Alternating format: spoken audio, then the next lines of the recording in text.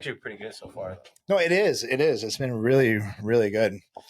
I'm not sure where we left off, though, guys. Sorry, I got interrupted. We got interrupted. Rudely. I mean, I'm talking rude. That was the rudest behavior I've ever seen. That was my girlfriend. She's pregnant. She's allowed to do that. Yeah, man, I'm gonna be a dad again. I'm telling you, man, I'm an old, beat up hemophiliac. I'm a fighter, man. I'm fighting to live the best life and my most fulfilling life, to be the best dad, best boyfriend, best husband one day, best everything, best brother. It's a struggle. And so let's just transition, man. Like, this is kind of what I want to talk about. Give me 1 second. Give him 1 second. He's about to pull something. So, man, like, I haven't got a chance to share this with you yet at all, but, throughout the past 10 years of my life, I've struggled, like I said, we didn't have any mentorship. And then here's what happened to me is I started to work in the hemophilia community, and I started to meet, I started to tell my story. That was the first stage, right? First stage was tell my story. And my story at that time was depression, heartbreak, being defeated, being victimized. That was the first part of my story. But then there was this piece of, but I'm not going to give up. I'm going to fight. I don't know who I'm fighting for, but I'm fighting for you. I don't know who that person is yet, but somehow I'm going to get involved and make my life worth living for. And I started going to the gym. I saw this men's physique poster, and it just looked like a superhero to me. And I was like, man, that's just like such a powerful look. It demands so much respect. And it seems so at that time, it seemed so unattainable for someone like me. And then that left that question in my head, but what if I could do that? I know I'm not supposed to do physical activity. I know that's, I have a limited belief at that point of that's not even possible for me. It's like a different life. Somebody else would get that, not me. But what if, right? Mm-hmm. What if? And I went on that journey, and I became the first person with, severe hemophilia to step on a men's physique bodybuilding stage. I accomplished that goal, but I came in, we talked about it earlier. We alluded to it earlier, but I came in last place. I remember how disappointed you were, though. I do. Yeah. But I kept on getting back up.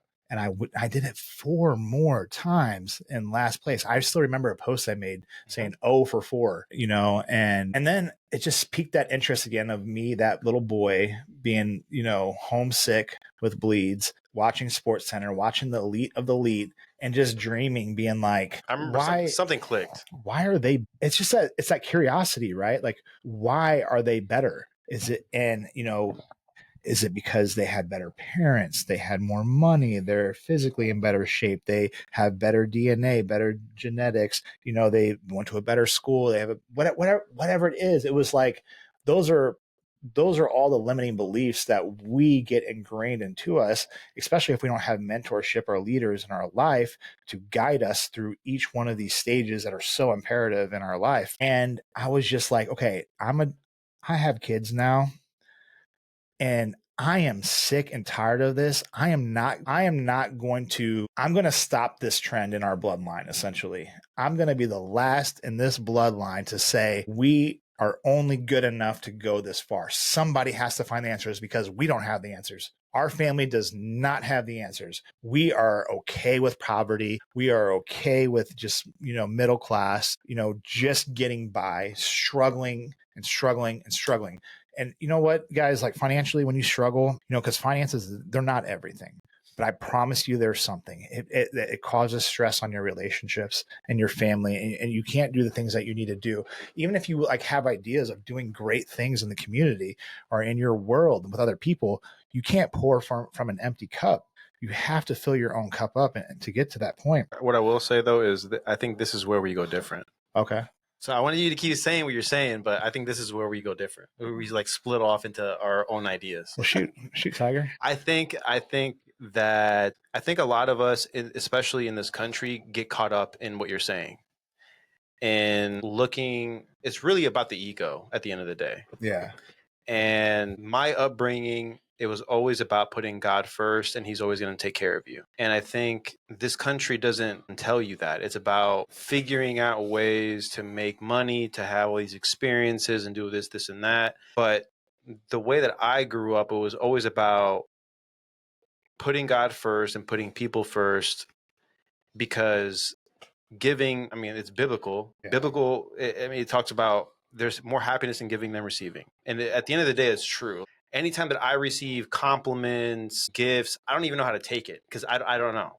And I've been working on that. But you always feel good when it's like, even when you are barely able to give somebody something from your own pocket, made them something, it always feels good to give somebody else something that came from you than you getting something. And I stand by that. And I think we always kind of go into wanting to go on to these different ventures for other people. Yeah. But I think it always is selfish at the end of the day. It's hard though, right? It's hard. It's hard to manage that. It's hard because you do, like I just said, you do have to fill your own cup to give to others. You can't pour from an empty cup. I can't give my kids something I don't have. So you do at some point have to take, in my opinion, selfish actions to build yourself up. But here's the thing, guys. There is a I agree, but disagree with what there's an order to life. Where we mess up, in my opinion, as our American people today, is we have lost the order, right? The order of maturity from going to school, doing things properly, dating properly, not having sex before marriage, getting married, like truly understanding things and going through that chronological process where order is supposed to take place based off of Bible standards, I guess. We put our pleasures way before that order. And then because that order gets so messed up, we're having all these failures all around, and then just they stack upon each other and ultimately lead to like just crazy sinful life where it's almost like you're playing catch up after that point because you've already messed up the steps. But that being said, there's always, we're not perfect humans. We all come from different environments, different backgrounds.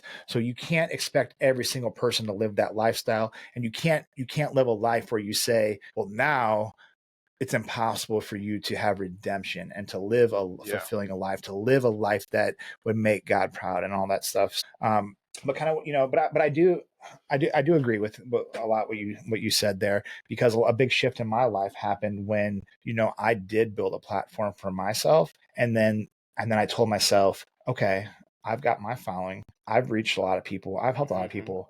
But what if I could create a platform, Hemo Life, stuff that I've done, where other people can share their stories and help even more people. And that was like the shift that became like the most fulfilling to me. And even working in the community now, I wake up every single day and I have to think about all the patients that I service and say, what are their needs? How can I help them? Where are they struggling in their life? And that's where this, Chronic Physique Blueprint workbook comes in. Throughout my experience of working in the community, the number one thing that I saw with patients all throughout the nation was that they were going through very dark times, times of depression, times where they felt like there was no way for them to improve because of lots of different factors, whether they didn't have the family support system, the friend support, the financial support, whatever it was. No matter what the excuse was, it was a victim mentality. And this isn't just in your community. This is people in general. For sure. But it's like, and here's where it hurt me. This is where I knew this was you start to find your purpose when you find the things in life that hurt you for other people. And I got hurt when I saw, you know what? That's not fair. This guy right here, he's on disability. He can't pay his bills. He doesn't have a family support system. He doesn't have, and he's living with a severe chronic disorder. He didn't choose this. He didn't ask for this. He didn't go through life and say, with a perfectly healthy body and say, you know what, maybe I want to do drugs. Maybe I want to do this. Maybe I want to make a bad choice. And then you make a bad choice and something bad happens to you, then you deserve it, right? Like you made that choice. These people are growing up, they didn't make that choice, and they didn't make the choice for, all these other factors.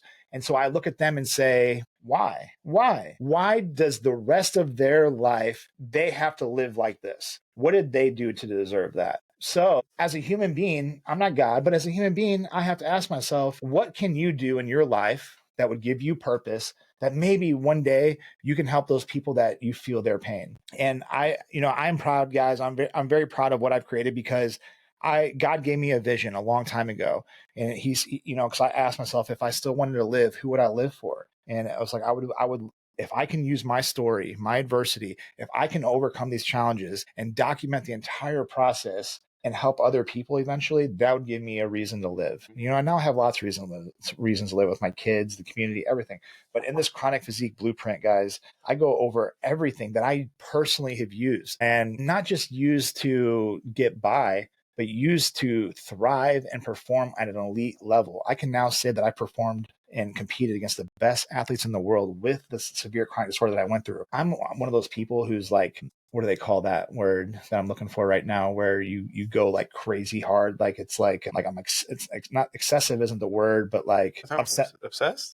Yeah, I'm obsessive. Yeah, I'm obsessive. Like when I do something, I go hardcore, right? Like it's like all or nothing.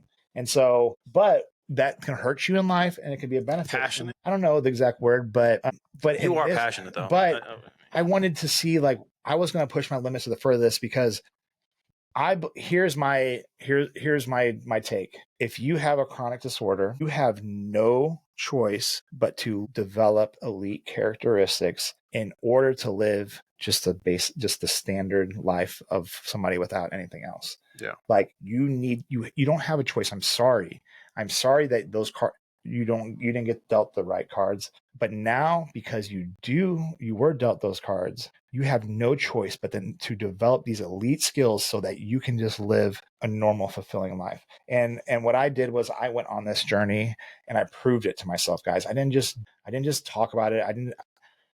I put it into practice every day for 10 years, and I reached my goals. I mean, I wanted to do slightly better, right? Like, yeah, did I want to win the Arnold amateur? Yeah, absolutely. I came in second place. So you were still amazing, right? Like against the best. I mean, people from Brazil, Mexico, kind of like I still did it. I still did the damn thing. But and what's really cool though about this workbook, the Chronic Warrior Blueprint workbook, is that it's small daily actions and behaviors and mindset shifts that make the big difference. And back to what I saw in the community was I saw a lot of these guys struggling, and in their mind, they thought, like, because when you're in depression and you're suffering, it is a weird thing where you see nothing but like darkness. Like darkness isn't, it's an accurate way to just describe it, because you don't see hope. There's like your hope is gone, and you think in your head that something drastic has to happen, right? Like I got to win the lottery, or I got to do something crazy, right? Something crazy has to happen, but it's really not crazy steps that need to happen. It's very small, daily, consistent, actionable steps, but you have to learn them all. So what I will want to say is, I think this is where we're different, because wow, you're gonna conflict with me as I'm promoting my book. I'm not. I think that this just gives people an opportunity to see that there's a difference to get to the same thing that you're talking about. Yeah.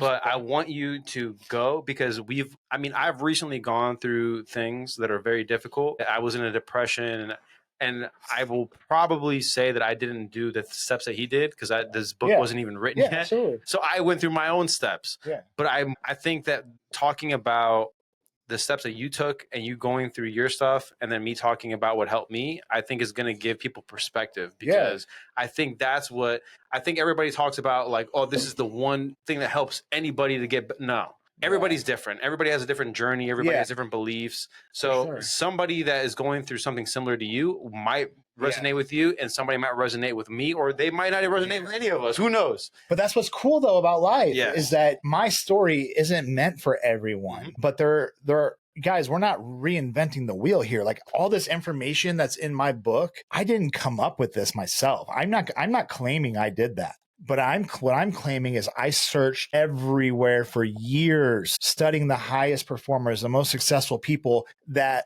I related to, that I saw that they had the same mindset as me, same struggles as me, and they overcame it. But I documented the entire process, and then I put it in the book. And then I put that into practice, because I always told myself, I'm not going to be that person who sees something and regurgitates it online without putting it into practice and proving to myself this works.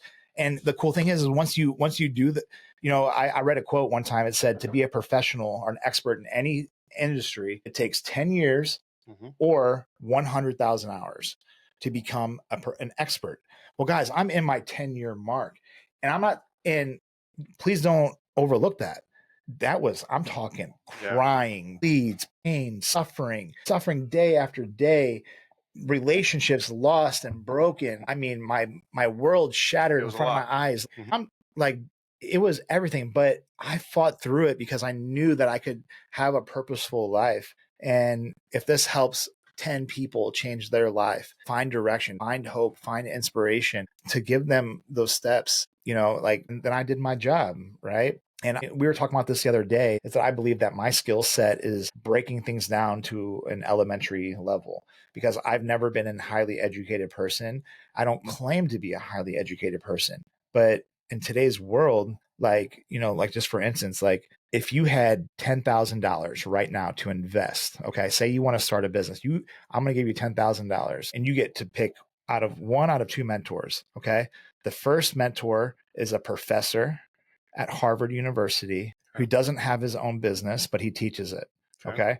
The second person is a dropout from high school, but he owns a $30 million business, and he runs and operates it, and he's been doing it for 20 years. Who are you putting $10,000 into? The high school dropout or the Harvard professor who's never run his own business, but he knows the education behind it? I mean, obviously, I think your first thought is to go with the Harvard professor, but through my experience, a lot of them they haven't done anything to earn that certificate or whatever the education. They haven't. Yeah. They're teaching it, but they haven't done anything with business. So like, what are they really teaching? So then when you talk to the people that have the experience, even though they weren't educated on that level, they have a lot more nuggets of wisdom. I would go with the second one. Yeah, I mean, that's totally how I feel. That's what, at least what I've learned in my Mhm. life, right?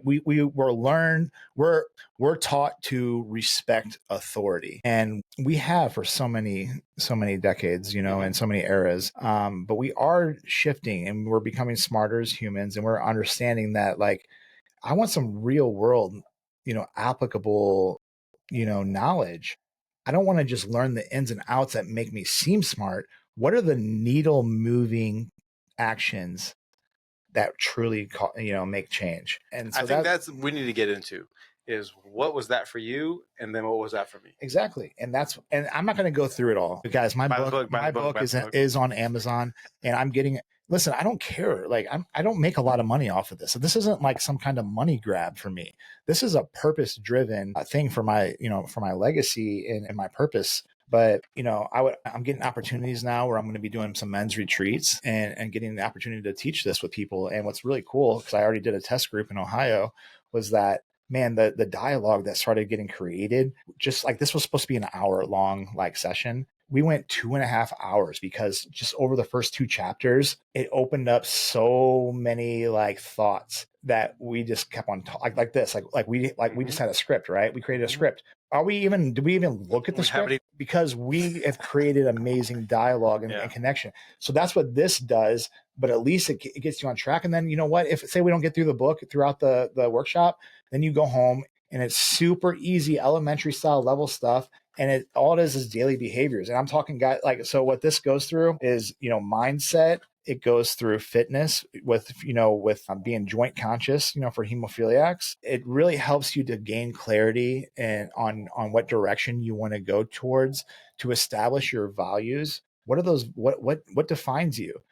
Every day you need to understand what your main values are. What things are you grateful for every single day? If you do not prime your day every single morning, if you just wake up every single morning, you just get out of bed and go about your day without taking time to gain clarity of who you are, what you represent as a human being, and you expect that just naturally, just because you woke up, that you're just supposed to be this amazing human. I'm telling you right now, that's not the case. I'm telling you right now, the highest performers in the world establish that every single day. And then, there's habits, forming of habits. It's gaining self-awareness, knowing where you need to make changes and adjustments in your life. And then, how do others perceive you? There's just so much that goes into it, but this book is going to cover that. And then even after that, it goes into brand building, telling your story.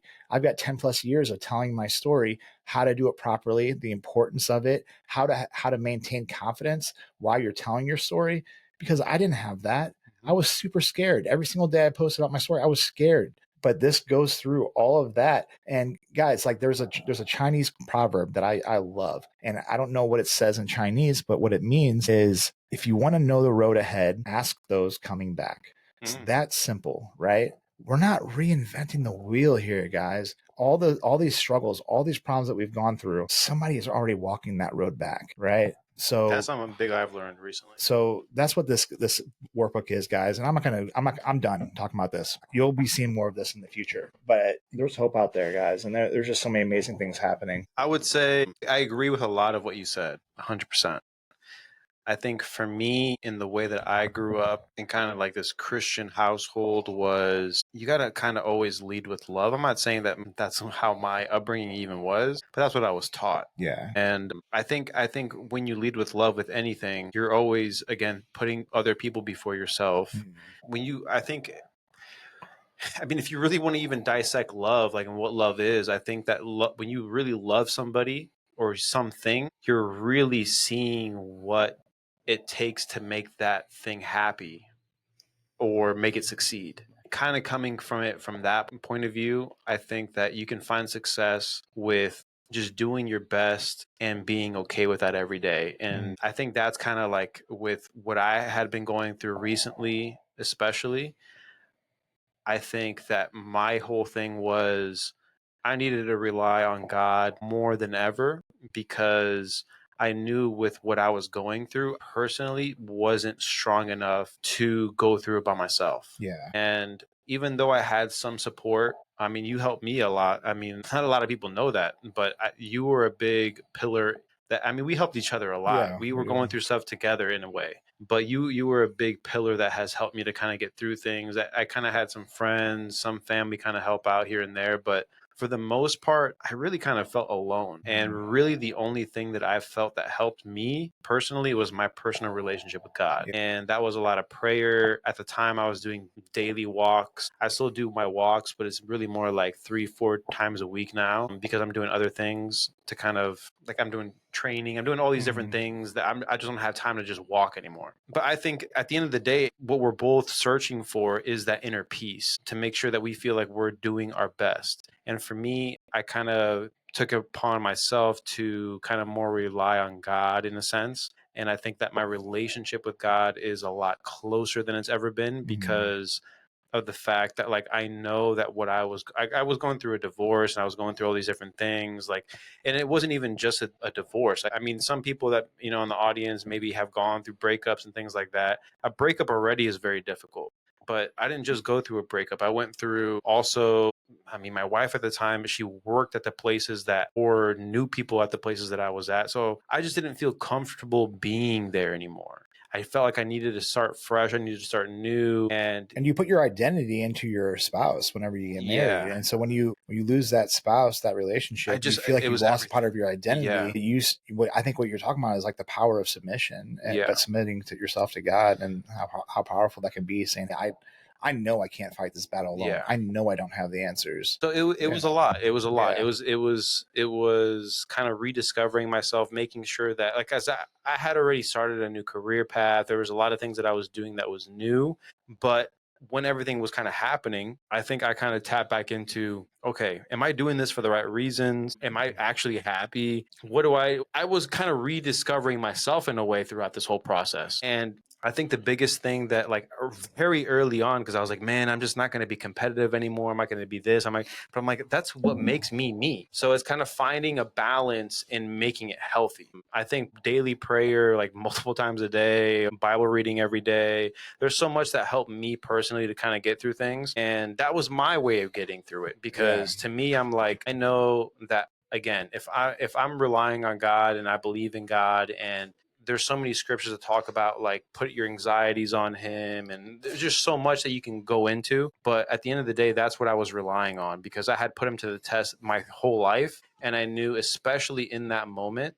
that I just knew I couldn't get through it by myself. And because I didn't have that support that I necessarily thought I was gonna get or that I was whatever, like to me that's what kept me sane. Like I don't know how I would have ended up because I've heard a lot of dark stories of guys that take their life that they have all these vices, all these different things. And like to me, I'm not saying that wasn't my first thought. I mean, I don't know what all we're gonna get into, Yeah, but isn't it crazy? Like women was the first thing in my mind. I was like, bro, just being real. Yeah. Godly or not. Yeah. Yo, this is my chance to go do what I want to do. Yeah. Just date all these women or talk to Yeah. all these women. But that instantly like got shut down because I'm like, if I'm really trying to attract the Yeah. right person, that isn't the right way to go. Yeah.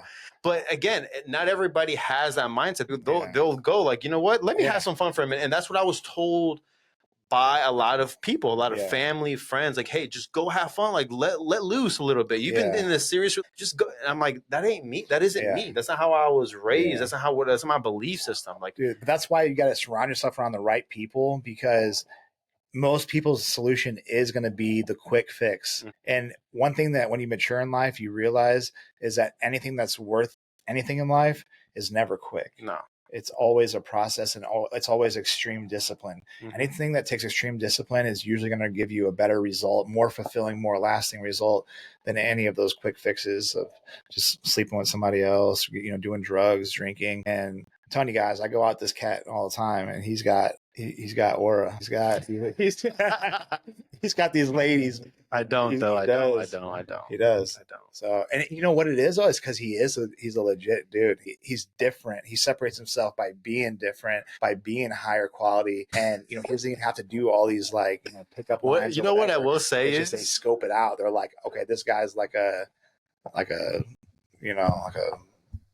little fresh virgin. No, what I will say is a lot of girls I've talked to recently, not even in that I'm in a relationship or trying to get in a relationship with them. It's just in having conversations with them. Yeah.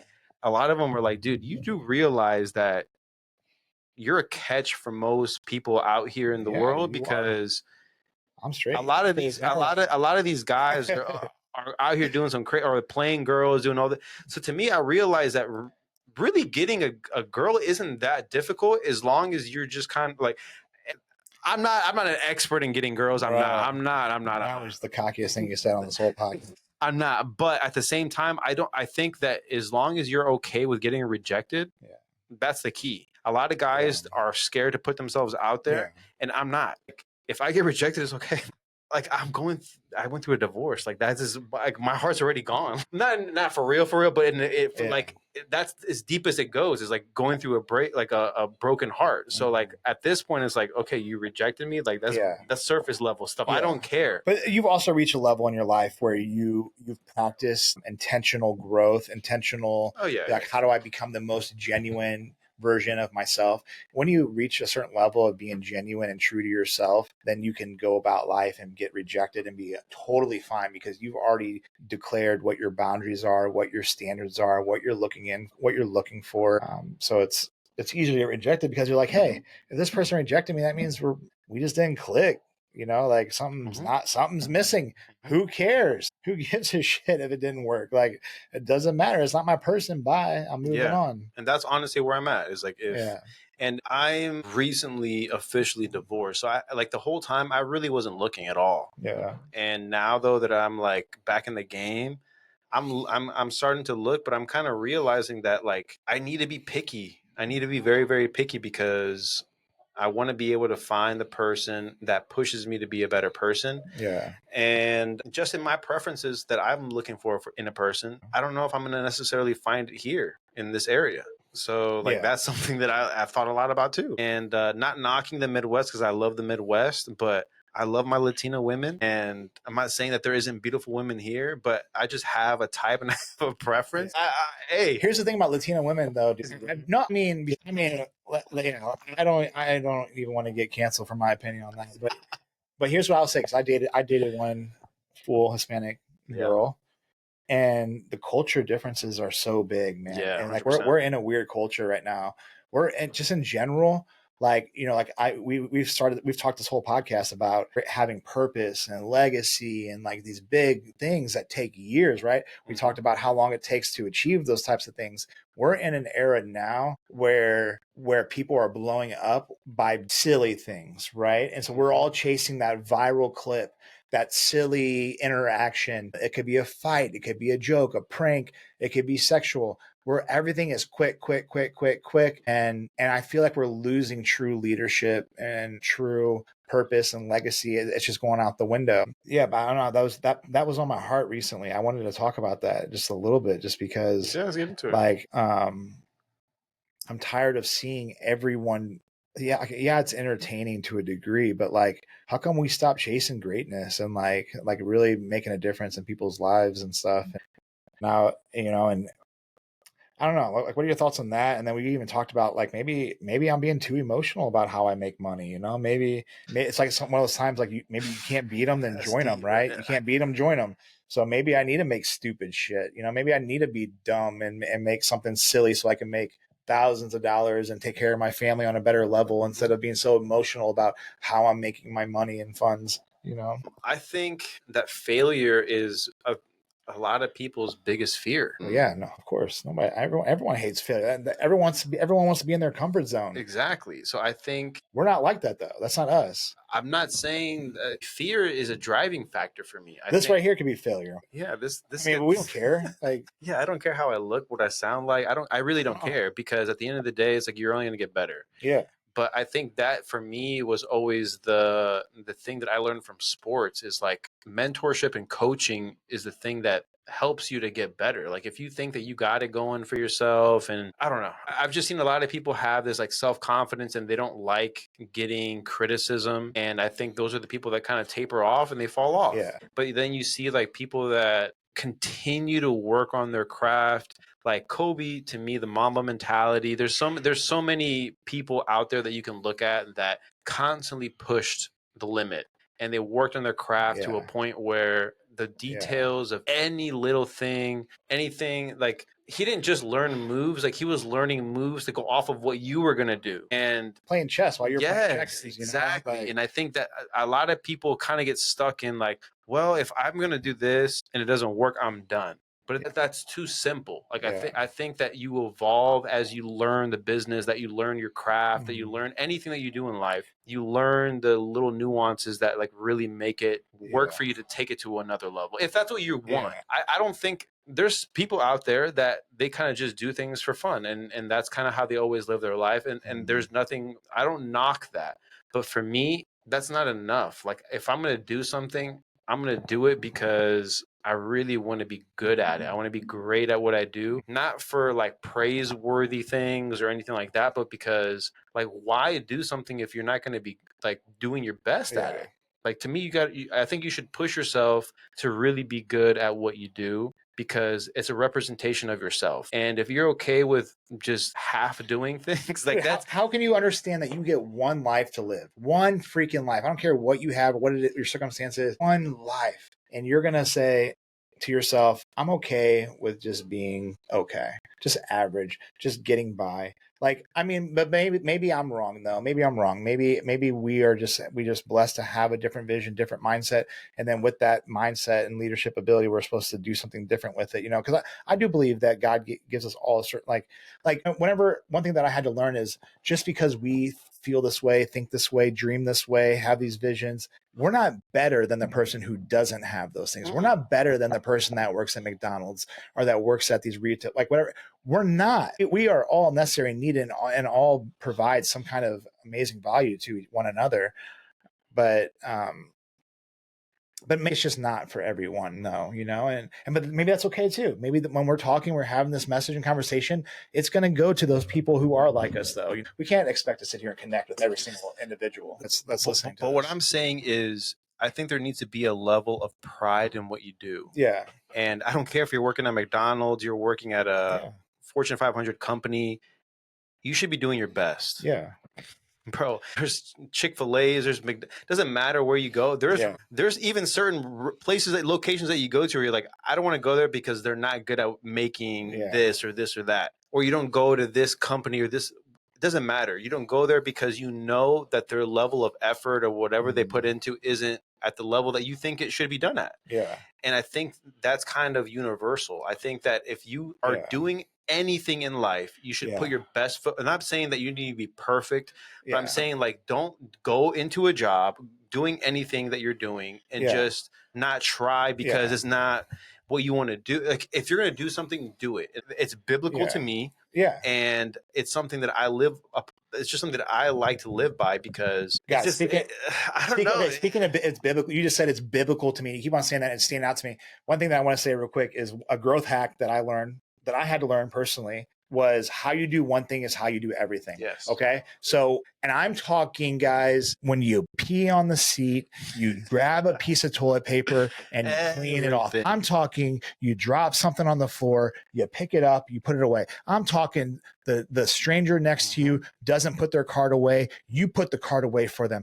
So every single action, every single day, make them stack up. But here's what I'm going to go into when he says it's biblical is what's amazing to me is I don't have the upbringing that he has when it comes to structured biblical knowledge, but I do have experience, and everything that I've learned in my life that has been a difference maker can be found in the Bible.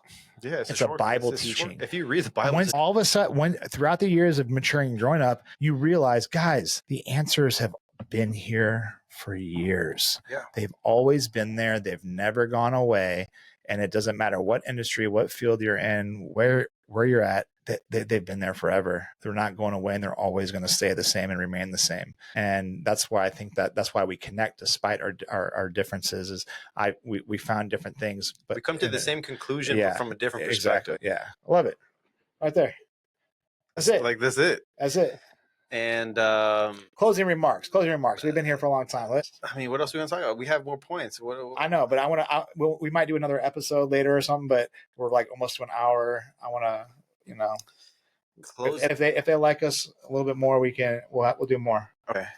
Closing remarks. I think to my people, to your people, the chronic disorder, Mexican people or.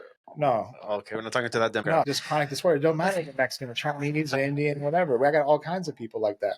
It don't matter. What I would say is, from now, if you, and that's where I'm coming from. That's where I'm coming from. I'm coming from an outside source, looking into this community. Let me ask you this before you do closing remarks. Just no, seriously. Okay. We can edit it or whatever. If we don't even have to edit it. Why does God allow suffering? He doesn't. He does, but it's temporary. And I mean, that's a very, very deep question. Yeah. I'm sorry for putting you on the spot, but we brought up suffering. And it's not even that I can't answer it. It's the fact that it takes a lot longer to answer that question than just, there is no just like a straightforward answer. But I would say that he does allow suffering, but it's temporary. And there is going to be an ultimate answer to that question. But it's about what you believe in and if you're even religious or not. Like if you're not religious, then what I'm going to say, it doesn't even matter to you.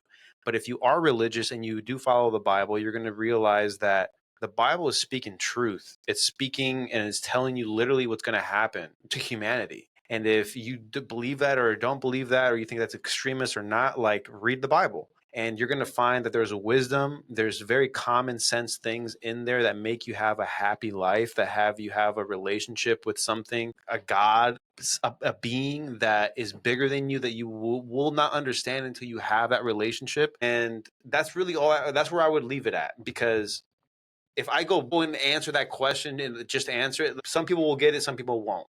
But what I will say is he does allow suffering temporarily, but I would highly recommend you to do your homework and figure out what that even means. And I would say that the book of Revelation, we're living in the times that it's talking about. And that book is very, very prophetic, and it's very, very deep. And I think a lot of people were kind of scared with even Trump sending those bombs to Iran and doing all these people talking about World War III and all these different things. And it's like the Bible talks about there's going to be wars, but don't be scared about it. Don't be anxious about it. So it's like I'm prepared for all these things because I already know what's coming. I already know what's going to happen.